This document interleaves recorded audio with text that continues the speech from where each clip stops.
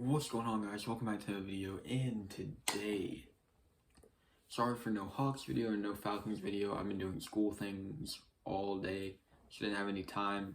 Didn't really watch either of the games. Having a lot of school related things. But Hawks just didn't have it tonight, even with the Hornets, like half the roster being out. Of course, we have our fair share of injuries too. You can't give up 130 and expect to win. It's just not going to happen. But I'm not really worried about that one. That's not the one that matters. There's still like 60 games left. But the Falcons game, we looked good in the first half. First half was probably the best you were going to get from the Falcons. I mean, went right down the field on our first possession, scored a touchdown. That was the first time we did that all year. So I think that's a good sign. Matt Ryan at 300 passing yards, or right near 300. I mean, our schedule is very favorable. The next couple of games, we're 5-7 right now. Our next 5 are all winnable games. We play our next 2. We basically have to win our next 2.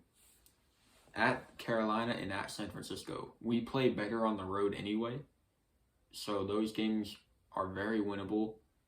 We already lost to the Panthers. I don't think we're losing to them again, especially because they have no McCaffrey. Cam Newton's declining again. So I think we'll win that one next week. I think we'll beat the 49ers. I mean, they just lost to Seattle in a pretty ugly fashion. Even though it's a close game, Seattle is not that good. So, and then we play the Lions at home. So our next 3, at the absolute minimum, you have to go 2-1. Absolute minimum. Even then, you can't really have that. You have to go 3-0. You have to be 8-7 come December 26th. You have to be 8-7 if you want to have any shot at the playoffs. Because then after the Lions, we play at the Bills and then the Saints at home. So our next 5 are at the Panthers, at the Niners, Lions at home, at the Bills, Saints at home. Which I'm going to be optimistic and predict 4-1. I think that's very likely. Also, I do believe that it's likely that we go 2-3 or 3-2. I'd say the most likely scenario is 3-2.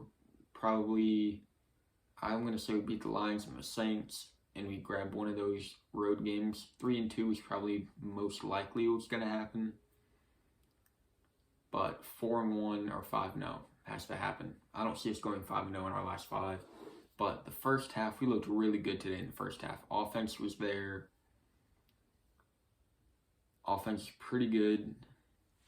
Although defense also played well. Got that pick 6 at the end of the half that kept us in the game. But then we didn't score anymore. So, you can't do that. I mean, it's just, you can't do it.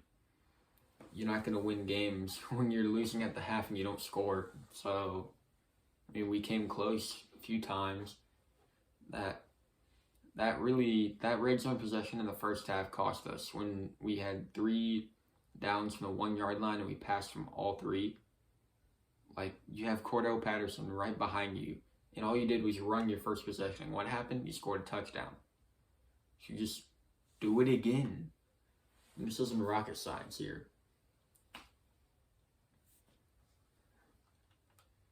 It's not rocket science. But that possession was costly. The Bucs getting a 4th-and-4 conversion on their first drive. That was costly. But nevertheless, the next 3 have to be wins. You have to have these next 3, at least the next 2. If we lose to Carolina, our season's over. Pretty much, you can only accept 1 loss from here. 1 or 2 losses is your absolute maximum. Anything more and you're done. You're not going to make the playoffs at anything less than 8-9. That 7th seed is going to be better than 8-9. Although at this rate, it might be 8-9. But we'll see what happens. we're on the right track offensively.